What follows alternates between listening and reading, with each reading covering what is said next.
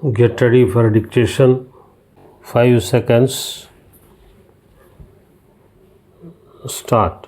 Ladies and gentlemen,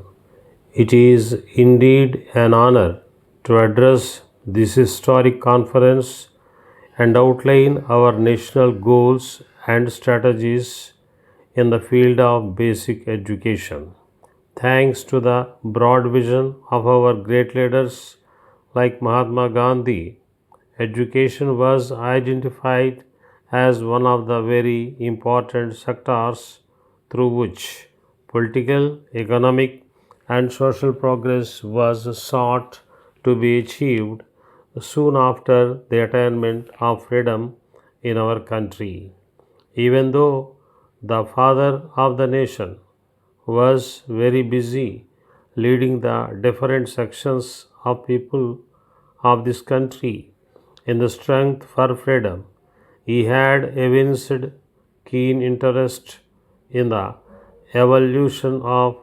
an alternative system of education in tune with the needs and requirements of the Indian society and hopes and aspirations of the people as a whole. As a first step in this direction, the National Planning Committee, under the chairmanship of Pandit Nehru, had made far reaching recommendations with a view to make India march forward in the field of education. In order to achieve the goals of bringing down the illiteracy rate and the spread of primary education in all parts of the country within the shortest possible time, the framers of the Indian Constitution took care to provide for free and compulsory education for all children up to the age of 14 years. At the same time, successive governments promoted education by all means through 5-year plans. Even in these days of rapid progress made in the fields of science and technology all over the world in general and all around the country in particular, there is no reason why people in different parts of the country, especially in rural areas, prefer to send their children to work rather than to school to get basic education. It is needless to say that the very purpose of primary education is to bring about a great change in the living conditions of the vast majority of the people who have been unfortunately continuing to live below the poverty line. The aim of the government today is not only to provide for the good educational facilities to our young boys and girls, but also help them make use of the equal employment opportunities in various public and private sector undertakings. At the same time, one should not lose sight of the fact that we have still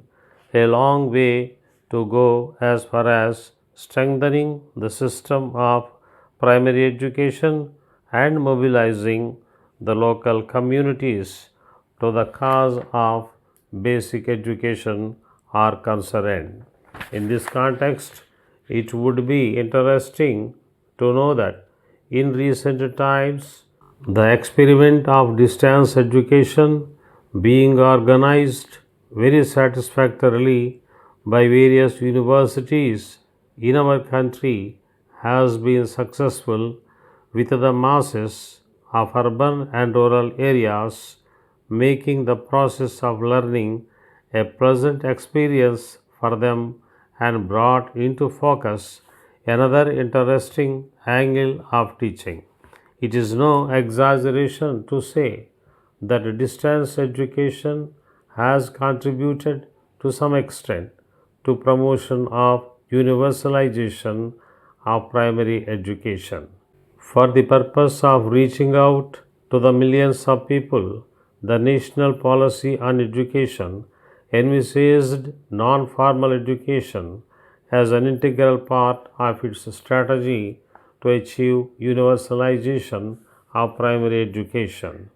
It is a matter of great satisfaction that there is an increasing awareness in the minds of the people in our country that education is not necessarily a means to get employment opportunities, but is an effective tool to bring about quality of life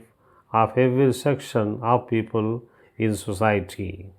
It is therefore necessary to give credit to primary education sector for all the positive changes that have taken place in the people in matters like health, nutrition, family welfare, child care, social and personal responsibilities, and above all, mental development. During the last few years, it has become necessary to increase allotment of funds in the budget for the primary education sector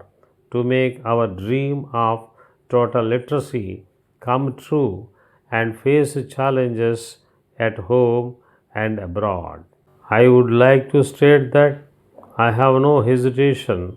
in saying that the nation as a whole will come forward to take up the responsibility of providing resource support to achieve the national goal of basic education for all as contemplated in the national policy on education. Letter dated 29th November 1997 to the editor The Hindu, Chennai. Sir, it is shocking to read the news item engineering student commits suicide due to ragging in today's newspaper, which should be condemned by one and all. It is a well known fact that the ragging menace, which was in practice once upon a time in medical and engineering colleges to remove the fear of new students in the new surroundings and help them establish friendly relations with their seniors, has assumed alarming dimensions in recent times, making some of the sensitive, bright, and intelligent juniors who could not bear suffering any longer end their lives in frustration. It is surprising that the senior students who were once subjected to ragging by their seniors continue to repeat the same mistake, knowing fully well the damage it causes to a new student. There is no doubt that the seniors derive sadistic pleasure by ragging the juniors. Under these circumstances, the government should take necessary steps to make a law as early as possible banning ragging in all educational campuses in the state and to award punishment to the guilty as has already been done in Kerala. As the personality of a student is developed in educational institutions, it is suggested that the central and state governments should initiate a nationwide debate on this burning problem and ensure that a legislation banning ragging throughout the country and awarding severe punishment is brought about as soon as possible, preferably in the current session of the Parliament, to avoid further loss of lives due to this menace. Unless and until the central and the state governments come forward with concrete steps to eradicate this menace, peace will not restore in the educational campuses, and in all probability, in parents' minds. Yours.